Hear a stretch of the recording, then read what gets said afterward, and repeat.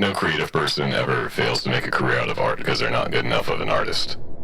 It's all about knowing how to sell yourself. That's something that's applicable to any career, is knowing how to sell yourself. And that's the thing artists need the most help with. The stuff they produce is, like, actually themselves. So they feel like they're literally selling themselves. Artists are all prostitutes, and you gotta learn the art of prostitution. Fuck it, we selling our souls out here. But to continue the story... Oh, yeah. Yeah, we were talking about your degree. You're only through your first, little area. That was just my first 2 degrees. How many do you actually have? Right now, 2. Okay.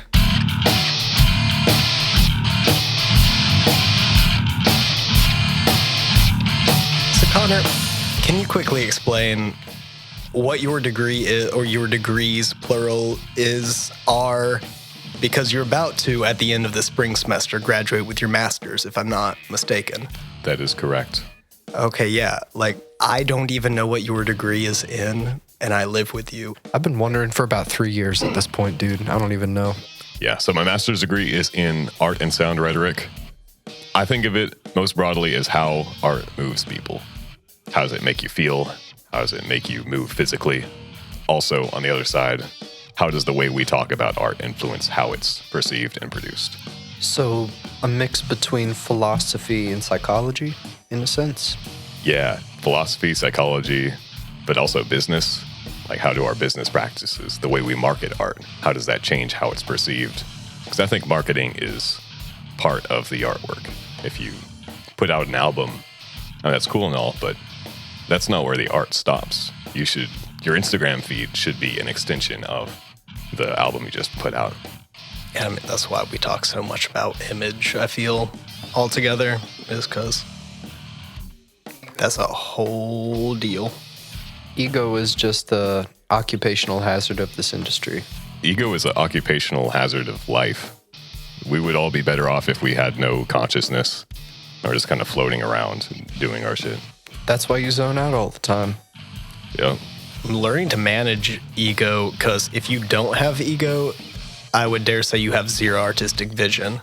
A lack of ego is a lack of confidence in yourself. It's just learning to curate your ego and understanding that you live in a world that people can also view your ego. So learning how to direct it and embrace it.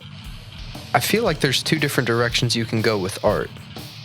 You can kind of interpret what's in your own head, and you can interpret what's in the world around you. In order to interpret the world around you accurately and, I guess, holistically, is to remove your ego from the equation. The ego is the thing that draws a line between yourself and the world around you. If there is no ego, then you don't see a difference between those 2 things. You see sensory input, the machine process that interprets that sensory input into useful information. The ego is the thing that allows you to step back and critically think about that process. I think if we're talking about the nature of art, it really is just a free flow of information from the environment through an observing vessel, an artist, and then back into some sort of medium. Yeah. And if there isn't an ego there, why do you feel your interpretation of the world should exist? Say, a filmmaker or someone making a documentary. Yeah, why does it matter if I record this? Unless I think the way I can capture this is better than it just existing on its own. I think that's the difference between professional and casual artists. Because there are some people who just do this for fun as a casual kind of side gig, and there are people who want to do something with art and want to influence the world around them with their art. Or at least get their expression of self in the world around them out there for other people to see and try and connect to. Yeah. So, what's the relationship between ego and those 2 aspects? I mean, almost the dedication put into it and the amount of art you put into it. I feel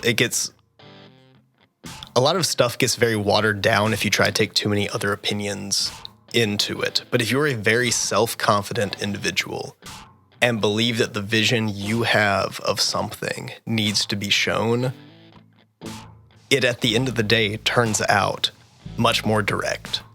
And it cannot be a pleasing thing to watch necessarily, but if you are committed to your idea, at least there's an idea committed to, that people can respect. It's like, it's direct. That's not the best way to put it, but if that almost makes sense. I understand what you're trying to get at. We might need to define ego. I'm working off the sort of Freudian interpretation of you've got your drives, your instinct, and that's the id. You've got your understanding of what society expects from you, those like higher order functions, and that's the superego. And the ego is just your sense of self that manages where do you fit in the world.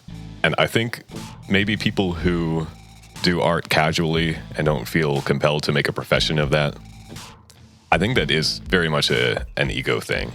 It's you realize that maybe this art isn't what you want to put your whole identity into. You don't feel comfortable selling yourself in that way. And that's because of the ego. Or lack thereof. I'd say it's because of an overpresence of ego. Not to say that not making a profession out of art is bad. I think there's a lot of good reasons to want to protect your ego by not doing art professionally. I'm inclined to say that those who put their art into the world have to have less of an ego. In the psychological sense, not less confidence, but less sense of self. Okay, yeah. I could say, because I mean, what you just said is very rational. And that's why a lot of artists do disassociative intoxicants to do their art. Because, not to say drugs are good, but people who have a strong... let me doctor it up real fast. People who have an overly stimulated sense of ego in the way you were just putting it, understanding the world, understanding other people can see you, understanding you exist, and all this, are also the people who understand when you need to do something to make you not realize that. It's like, so I forgot who was talking about it. It might have been Anthony Fantano for all I know, goddamn. Every artist is a fucking nerd. If you weren't a nerd, if you were this Chad jock dude, you would have no need to try to express yourself through artworks.